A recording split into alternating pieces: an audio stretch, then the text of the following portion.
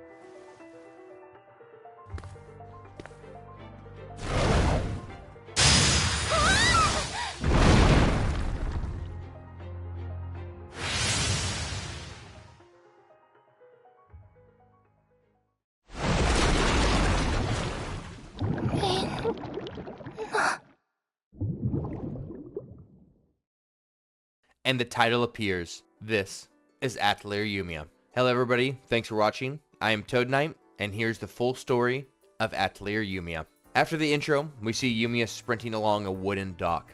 She's remembering something, her mother's words. Be someone who lends a hand to those in need. Treasure your friends, think about how others feel. Keep things tidy and organized. Learn a lot and use your head. Learn how to judge what's right in front of you. These lessons become the story's heartbeat, echoing from start to end. Yumia, a young alchemist and a member of the Aladiss research team, a group sent to investigate the ruins of the lost empire. But her role is controversial. Alchemy in this world is taboo, forbidden, and she's only allowed to use it under strict conditions, specifically to help with the investigation. She's assigned two handlers, Victor and Isla von Deur, a brother-sister pair. They've never seen an alchemist firsthand, and they don't trust her. But Yumia offers to show them. She leads them to her atelier, built from the remains of an ancient workshop destroyed during what Victor calls the Great Disaster of Aladiss. Here, Yumia explains how alchemy works. She combines materials using mana and engraved memories. With a little thought, she can craft entirely new items, even in the field. More complex recipes, though, require an atelier. This is where she introduces Flammy, her companion, a high-spec survey assistant, a robot built for alchemy. Victor warns Yumia. The Empire fell because alchemy run amok. Even if she means well, there's always risk. That's why the expedition exists. To uncover exactly how Aladiss fell. To learn from its mistakes. But Yumia faces a bigger problem. Most of the team wants nothing to do with her. They treat her with suspicion. To them, alchemists caused everything that went wrong in the world. It's a cold welcome. Yumia tries to help when monsters attack the base and several researchers are wounded. She uses alchemy to create medicine. It works instantly. But instead of gratitude, she's met with disgust. A senior officer reprimands her. He insults her mother. She flashes back. Memories run through her mind of people blaming her family for the past mana explosions and tragedy. The hate runs deep. Then Erhard, the team's chief, takes Yumia and her party to a cliffside.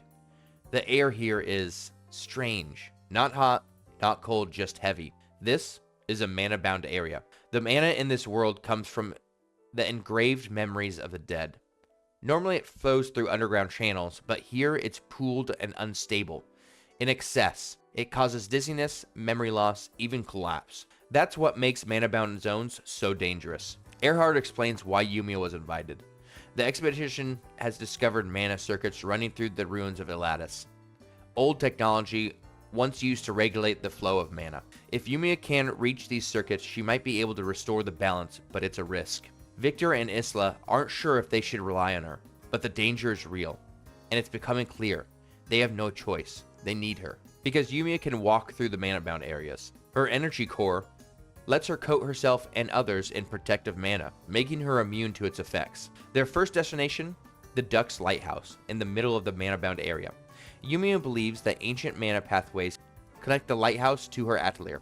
If she can find the circulator at the lighthouse, she might be able to restore the mana flow. The group sets out, then they head deeper into the mana zone. After battling monsters and navigating the terrain, the team reaches the lighthouse. The door is sealed. Using field alchemy, Yumia crafts a repair kit and opens the entrance. At the top, she finds a broken circulator pedestal. She climbs atop it and dances. With every step, she restores the flow of energy. The dense mana begins to dissipate. The research team celebrates. This was a turning point, the first real progress in years, and maybe the start of a new relationship between science and alchemy. Erhard agrees to set up a base nearby. Yumia's new mission? Clear the mana zones, secure the land, and expand outward. The whole continent of Aladiss is full of mana-bound areas, and Yumia is the only one who can clear them. She needs to do this again and again until all of Aladiss is explored. They turn north into the Margot Woodlands. It is there that the party encounters something unexpected. In a clearing near a geyser, they spot a towering figure, half human, half dragon, silently collecting particles with an alchemic tool. The moment freezes. Victor and Isla recognize him immediately. Their eyes widen in belief.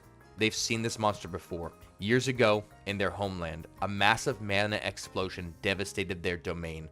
In the chaos and fire, they glimpsed the same creature, the one now standing before them. He was the cause of the disaster that killed so many and shattered their lives. Before they can act, the dragon-like figure takes flight, vanishing into the trees. His name will come later. For now, only fury remains. The encounter shakes the group, but they press on, and soon meet Rutger, a solo explorer from the research team. Already familiar with the area, Rutger joins the party, adding grit and practicality to their ranks. Their journey leads them to a small settlement of creatures called Albur, tiny gnome-like beings with oversized hats and a surprising sense of hospitality. The Albur reveal a hidden path to the great tree at the forest's heart, but warn of a powerful monster guarding the way. At last they reach it, the great tree of Latere, and beneath its branches, the dragon returns. This time, there are no interruptions. Victor steps forward. "I am Victor von Dur, of the Order of Eustelia." The beast responds with chilling clarity. "I am Vesper. I too have given my life for my country." Victor and Isla burn with rage. Vesper, however, is unmoved. He tells them, "The Aladiss Empire has no need for filth such as you." And with that, the battle begins. The team fights valiantly, but Vesper's strength is overwhelming. Midway through the clash, he recognizes something in Yumia, an alchemist. He believed them extinct. Just as he moves for the final blow, a gunshot rings out above him. A mysterious woman leaps from the treetops and drives Vesper back. Her name is Nina, a sharp-eyed marksman with a past tied to the expedition. She saves Yumia in the nick of time. Before Vesper can retaliate, something unseen pulls him away, almost like he got a call from somebody. He departs with a promise in his eyes.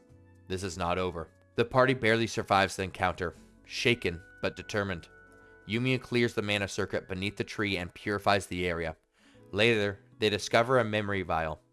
Its audio fragmented, its message dire. "East, great turmoil. This land is also, at this rate, we, too, have advanced alchemy. Such a mistake." Though jumbled, it echoes warnings found in earlier vials, cryptic remnants of voices from the past.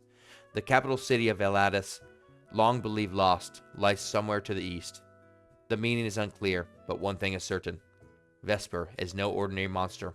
He is intelligent, intentional, and far from alone. Back at the camp, Erhard prepares the teams for the next leg of the expedition. With the Ligneous region largely secured, the goal is now clear. Press onward to Savash and uncover what remains of Aladiss's buried history. With the forested Ligneous region behind them, Yumi and the party head into the Savash region, an almost blue, coral, ocean-like region. It's home to a rare and elusive people, the Welix. Their arrival is met with suspicion. Humans? Here? Didn't they go extinct? They agreed to take the party to their elder, Cledia. As they wait, the Welix bring in Nina, caught wandering in their settlement. She sits with them, awkward but unharmed. Soon, Cledia appears, sharp, wise, and composed. Yumia demonstrates her purification abilities at a nearby cathedral, a place the Welix once used for ancient earth prayers. Impressed, but cautious, Cledia says she must speak with the leader of the expedition directly. Chief Erhard is summoned. He apologizes and offers to make peace through a mediator, a young Wellick named Lenja. Cledia agrees, reluctantly. But before they leave, she pulls Yumia aside. She knows Yumia is an alchemist, and to the Wellicks, alchemy is no miracle. It's dangerous. Still, she doesn't turn her away. Instead, she asks Yumia to keep her identity secret, for the sake of peace. Yumia nods. It's a heavy burden, but a necessary one. With permission secured, the party builds a new base. Lenja joins the expedition as their Wellick liaison. At the old cathedral, Cledia tells them the truth. Long ago, a devout Wellick created a glowing light, a little sun, immune to rain and night. Life changed. Towns lit up eternally. Word spread fast. The Emperor of Aladiss saw this as divine power. Soon, Wellick traditions were taken, rewritten, and formalized as alchemy. What we learn here is the Wellicks were actually the creators of alchemy. They had the power to create whatever they saw fit, and the Emperor of Aladiss wanted to take that power from them. Yumia listens in stunned silence. She had no idea this was the true origin of alchemy. Back at the camp, Cledia makes a curious observation. She says Yumia's control over mana is extraordinary, almost unnatural. Rutger's soul, however, seems wounded, scarred by something. And Nina? Her mana is nearly flawless. Something about them feels different. This makes Yumia curious about Rutger. She goes to ask Rutger his backstory, and she learns that in his past, he was an orphan boy who needed to make money to survive. The way he made this money is he would sell his memories to a black market seller in the capital city. He would do this over and over and over again until one day something went wrong.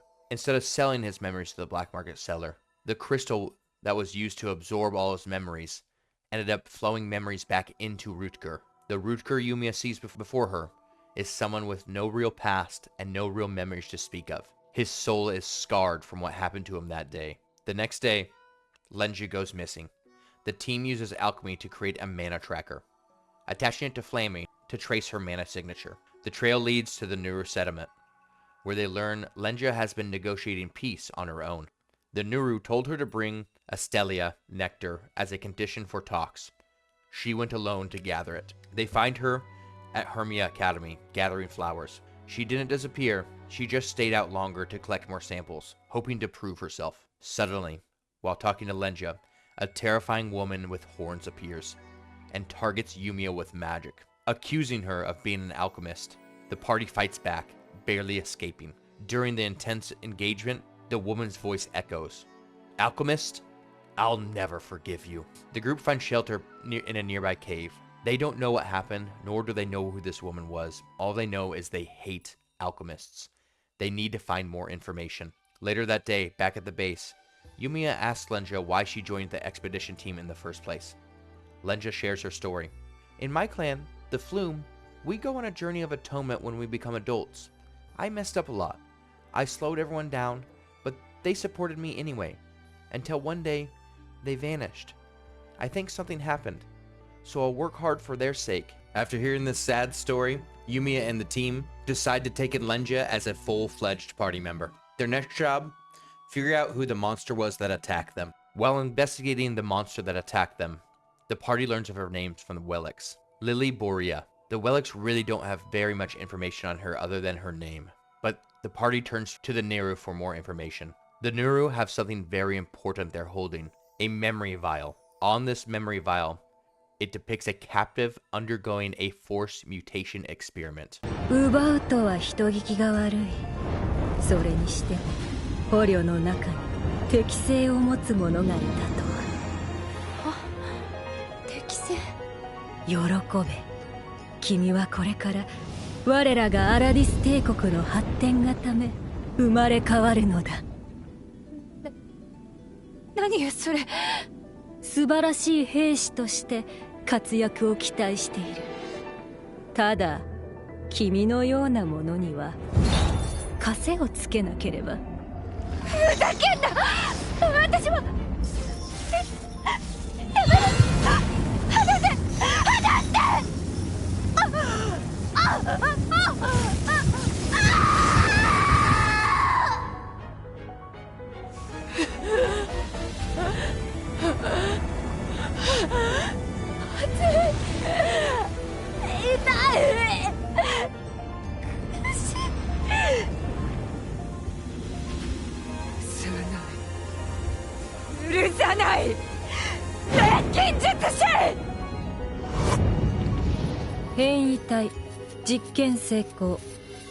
Yumia realizes the truth. The Aladiss Empire saw the Nuru as test subjects and tried to artificially recreate their mutations to make weapons. Lili was once human. Now she's something else. She has every right to be furious. 2 new leads surface. One, a key to the Faltona Observatory, once used by rogue alchemists. And 2, reports of Lili's base atop the southern cliffs. The party investigates the observatory first. Behind a secret bookshelf, they uncover memory vials and research journals about mutant experiments. The country treated its people's memories as disposable objects. But one alchemist refused. Dr. Marina Freed. Yumia wonders if these alchemists fled the Empire in search of truth. The documents hint at Dr. Maria Freed and a band of rogue alchemists rejecting the Aladiss Empire and fleeing the capital city. The party returns, and they are granted access to the Great Elevator. As they approach it, fleeing Niru scream about a monster. At its base, they meet Corleonis, a shirtless, blue-furred mutant wearing a monocle. He greets them coldly. She's up ahead, but rage has consumed her. If you survive, perhaps we shall meet again. And he walks away. With no time to contemplate what just happened and who they just met, the party enters the elevator and goes up to the cliff summit, where they find Lili Borea. Yumia tries to talk her down, explaining that they can just get through this through talking and they don't have to fight. But Lili explodes. Now you want to talk? You selfish bastards! A fierce battle ensues. Yumia's team prevails. After the fight, Lili speaks of alchemists trying to revive Aladiss, led by Basilius, the Empire's last emperor. She's angry, broken, abandoned, but before she can say more, Corleonis appears. He freezes Lili in place and disappears with her, leaving behind only a gust of wind. Yumia clears the mana circuit, but her thoughts linger. What could she have said to change Lili's fate? What does it mean to be an alchemist? As the chapter closes, she begins to understand. Alchemy is not good or evil. It's what people choose to do with it. Yumia reactivates the old tower mechanism. The drawbridge lowers, revealing a path to the Aruma region. Their journey continues. The team enters the desert lands of the Aruma region. Hot winds sweeping over rocky cliffs. They're greeted at the base of the towering Progressa term, a giant metal tree in the middle of the region, by small bird-like creatures, the Geni. Once mindless beasts, the Geni now speak and reason, thanks to a being they revere as their savior, Corleonis. He gave them tools to survive in the mana-bound zones, and in return, they offer him tributes, mana particles gathered from geysers, the same ones Yumia uses.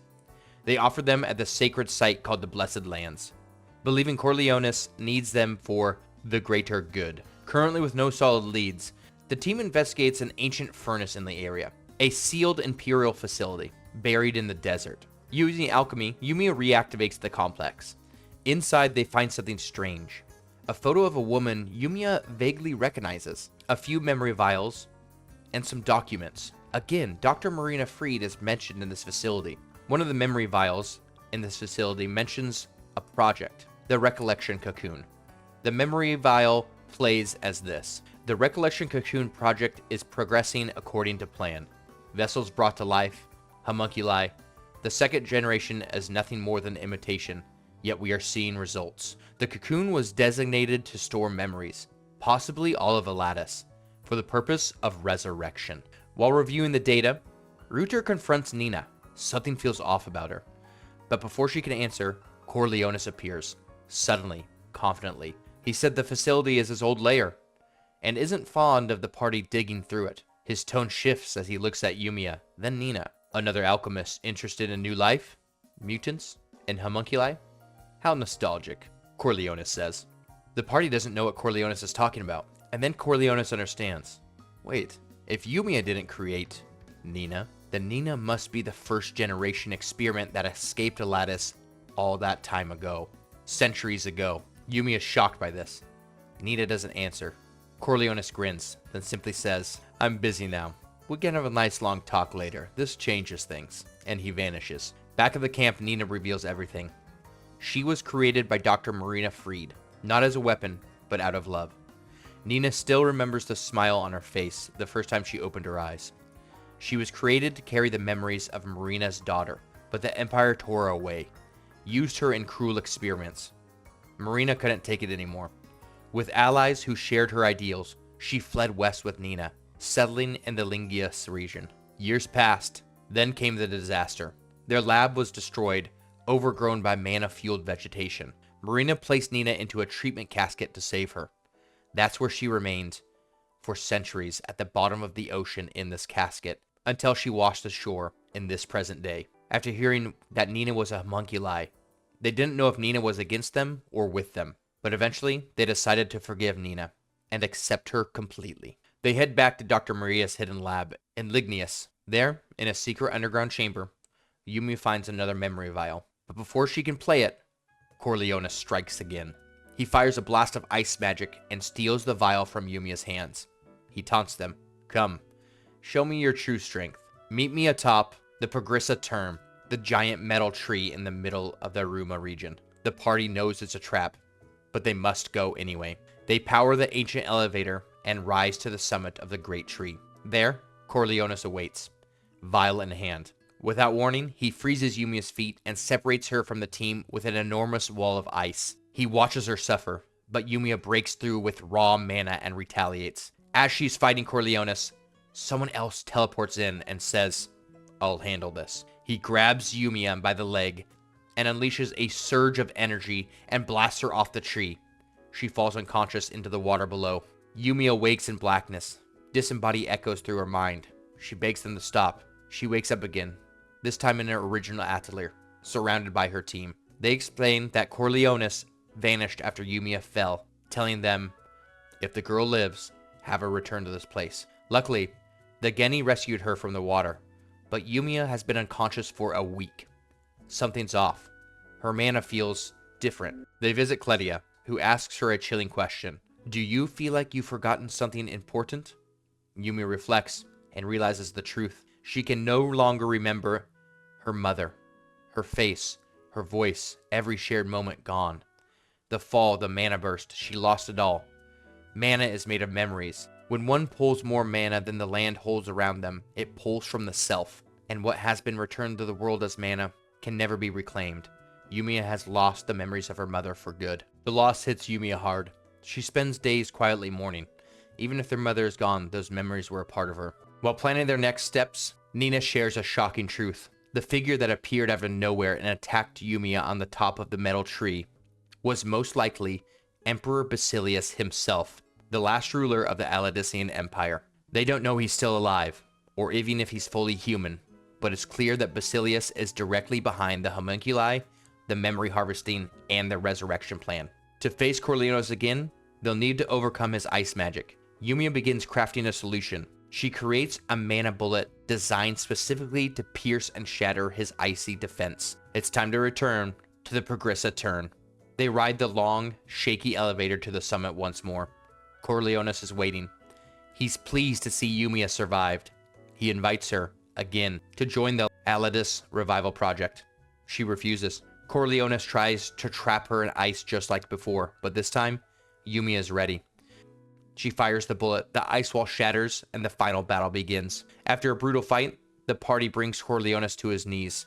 Nina demands answers. Corleonis fades, and in his last words, he says, "It's simple. We will resurrect everything. We can make as many bodies as needed. As long as the memories remain, alchemy can resurrect even life itself." After that, he fades into the wind, declaring, "Glory to the Aladiss Empire." With Corleonis gone, the party searches the structure. Inside, they find bottles of particles and notes on a project to resurrect the people of Aladiss using stored memories. They also find something else, one final memory vial, Dr. Marina's. They brace themselves for what comes next. Dr. Marina's memory vial mentions she relocated her lab to a safer place after the disaster. Yumia suspects it must be the sealed room inside the very first atelier she found at the start of her journey. They return to the atelier and hold the memory vial to the sealed door. It opens. Inside, the party uncovers Marina's final message. She had discovered unnatural mana fluctuations in the Empire's circulator systems right before the disaster. She suspects someone tampered with them and believes it was the Empire itself, probably to hide something. With the Empire controlling nearly all circulators, such wide-scale tampering would have been nearly impossible otherwise. But her last words aren't technical, they're personal.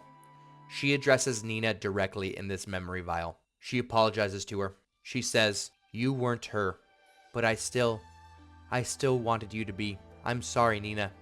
Live your life, find friends, love, laugh, cry, be happy. That's what I couldn't give her, but maybe I can give it to you." And the vial fades. With the truth coming into focus, the team sets their sights to the east.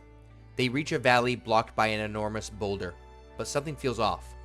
Flamey scans the rock and finds a concealed control panel. When activating, the fake stone slides away, revealing a narrow pass, and beyond it, a massive invisible wall. Using mana detection, Yumia leads the team through it, and finds themselves standing before the perfectly preserved capital city of Kalumna. It's pristine, untouched by time, nothing like the ruins they've seen before.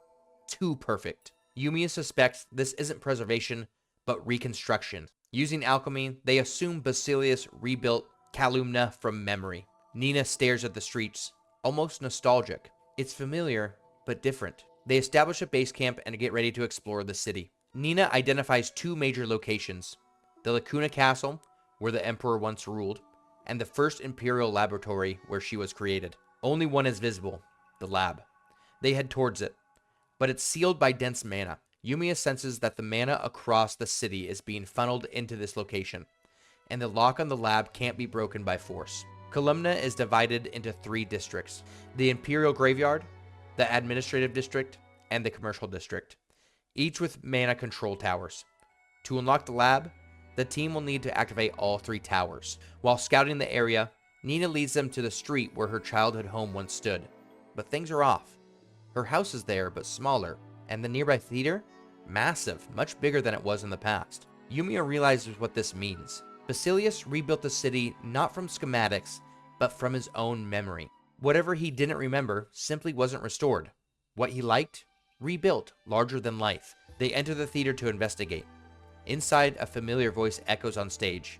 It's Lili Boreas. Yumia asks if she still believes in Basilius. If she still thinks he'll fix her. Lili's expression is flat. Of course not. He doesn't care about me. He never did.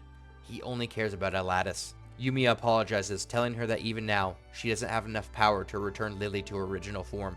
But she promises to stop Basilius. Lili's fury erupts when hearing this, and she yells out, "I'll never forgive the alchemists." The fight begins. It's brutal, and Lili pushes her corrupted body beyond its limits, but the party prevails. Lili, broken, whispers her final thoughts. "I wanted to destroy this place, burn it to ash, but I wasn't strong enough. It's maddening, humiliating. Alchemist, never forget the sins of alchemy. Engrave them into your memories." Yumia tells her, "I will never forget." With Lili defeated and her energy core recovered, Yumia can now withstand even the densest mana-bound zones. It's time to clear the 3 circuit towers controlling the flow of mana across Kalumna, the key to unlocking the sealed First Imperial Laboratory. The first tower is easy. Using Lili's core, Yumia purifies the circuit without trouble. But the second tower, located to the east, is a different story. Dense mana floods the entire area. The door appears to have been repaired using alchemy, but the work was never finished. It's as if someone tried and failed. Yumia devises a plan. If she can collect lingering memories from the people who once lived in this district, she might be able to synthesize the solution. She gathers floating fragments of mana, reforming them into memory vials. The stories they contain reveal a secret passage into the tower, starting at the council building. The team sneaks in and finds the circuit, and clears it successfully. One tower remains in the north. To their surprise, there's no resistance. The team walks in and clears the final circuit with ease, but nothing happens. The lab door remains locked. Yumia realizes the mana is still being controlled from somewhere else. Lenja detects a new trail of mana. It leads away from the towers. The party follows it, but before they can reach the destination, they're ambushed. A familiar roar pierces the air. Vesper descends. Victor and Isla stand tall. They demand to know why he destroyed their dominion. Vesper responds calmly, "To resurrect my fallen brethren who sleep in this land." He speaks of His Majesty's vision, a dream to bring Aladiss back in full, using mana, memories, and homunculi. Vesper reveals that he is born into a family of alchemists, but he has no talent. His life was deemed worthless. So he underwent mutant experimentations willingly to gain power he was denied. Now, he fights to prove his worth. Before leaving, he tells the party, "After my preparations are complete, I'll crush you all." And then with that, he flies off. The trail leads the team to a sacred site, the Imperial Mausoleum. Inside, a large stone tomb bears a single word, Basilius. Is this the real grave of the last emperor? The party isn't sure. Something feels wrong. Behind the grave, they discover a hidden chamber. Inside, mutant monsters roam, far more twisted than they've seen before. Yumia finds a mana conductor buried at the back of the room. She performs her dance. The final mana circuit is cleared. Control over Callum's flow of mana is now complete. The team returns to the base and reports everything. What they've seen so far: rebuilt cities, artificial memories, and now Basilius' grave only deepen the mystery. They rest, reflect, and prepare for the next phase. It's time to enter the Imperial Lab. The final layer of secrets is waiting. It's finally time to enter the first Imperial Laboratory, the very place where Nina was created. The facility is massive, powered entirely by the flow of mana throughout the capital. At its core stands a towering structure, a circulator unlike any they've seen before, but it's sealed.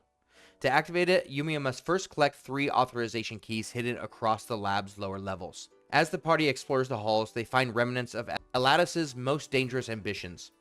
One room stands out, a chamber used to develop something called the Almighty Memory Vial. Memory fragments revealed the truth. The Recollection Cocoon can only function if the Almighty Memory Vial is filled completely. It's meant to hold every piece of knowledge, history, and memory from the people of Aladiss. But the engineers warned Basilius. The scope was too large. Basilius didn't care. In a memory vial, you can hear Basilius saying all of it. Every single thought. That's the only way to perfectly restore Aladiss. Yumia begins to understand. Columna isn't just rebuilt, it's fabricated. A distorted memory of the past built from Basilius's incomplete recollections. That's why Nina's house was missing, and that's why the theater was so large. He only rebuilt what he remembered, and what he wanted to remember. The party retrieves all 3 authorization keys, and they return to the main chamber and activate the central device, and the elevator rises. At the top, they find Vesper. No more speeches, no more hesitation, the battle begins. Vesper fights with everything he has, but after a long, punishing battle, Vesper falls. Victor and Isla have avenged their family and friends. Yumia clears the final mana circuit at the summit of the lab, and as the corrupted mana lifts, Lacuna Castle is revealed. It has been hidden behind a massive, invisible wall all along. There's no doubt anymore. Basilius is inside, and it's finally time to end his reign. With the laboratory cleared and Lacuna Castle finally visible in the distance, the party marches towards its gates. Long ago, this was the center of the Empire, a place where the Aladiss government stored its most powerful technologies. Its construction was supported by all of Aladiss' scientific brilliance. As the team enters, they can see it firsthand. Mana flows visibly through the walls, coursing through pipes like blood through veins. The castle is alive with memory. In one of the many sealed rooms, the party finds a machine designed to produce memory vials. Nearby, some of the vials are still intact, from the Empire's final days. One contains a dire report. An alliance of neighboring countries has declared war on Aladiss. Their forces outnumber ours 10 to 1. Production of the Almighty Memory Vial must proceed immediately. Once it reaches full capacity, we anticipate tremendous breakthroughs by the alchemists. This report matches what Dr. Marina feared. Unnatural mana fluctuations right before the disaster. Yumia now has all of the pieces to the puzzle, and the story is revealed. It turns out Basilius wanted to store all of the people's memories and technology of Aladiss into the Almighty Memory Vial. But the process was taking too long. Pressure from the alliance of neighboring countries forced Aladiss' hand, and they rushed the production of the Almighty Memory Vial. The country ordered its citizens to all step on the circulators around all of Aladiss all at once. With every single civilian pouring their memories into the memory vial all at once, this is what triggered the unnatural mana fluctuations that Dr. Maria had been researching. This was the mana disaster. The Empire didn't fall by accident. They caused the mana disaster themselves by tampering with everyone's memories. Deeper into the castle, they find another horror. A tower filled with identical human bodies. Each one looks just like Basilius. He has survived for centuries, not through magic, but through memory transfer. His consciousness passed from homunculus to homunculus, living without end. At the top of the castle, they finally meet him. Basilius, seated on a massive throne, looking down on them as though from another world. He says to Yumia, "Still alive? Stubborn, aren't you? Modern alchemist." Basilius stands. Above him floats a massive red orb, the Recollection Cocoon.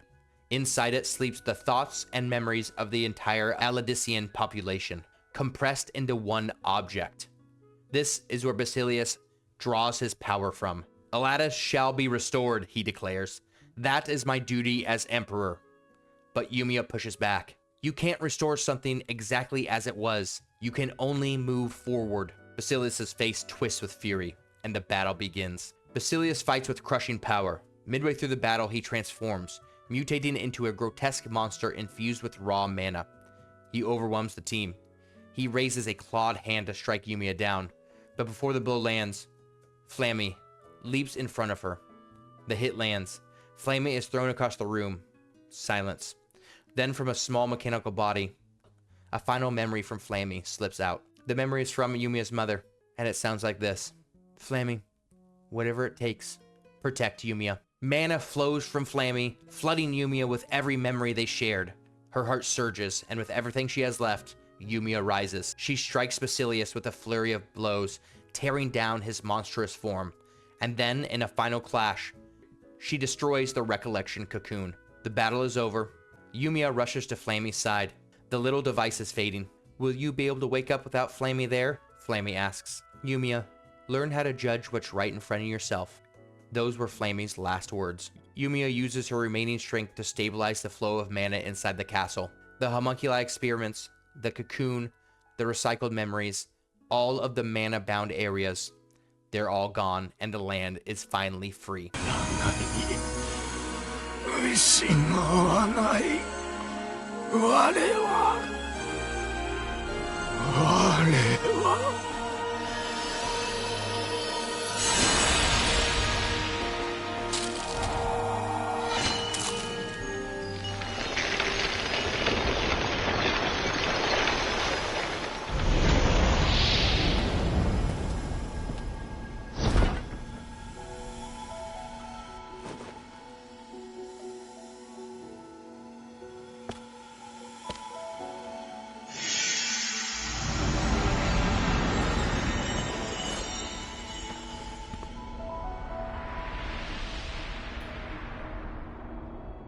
With Basilius defeated and the Recollection Cocoon destroyed, the mana coursing through Lacuna Castle is fully under control. Yumia channels her power to redirect the remaining flows of energy.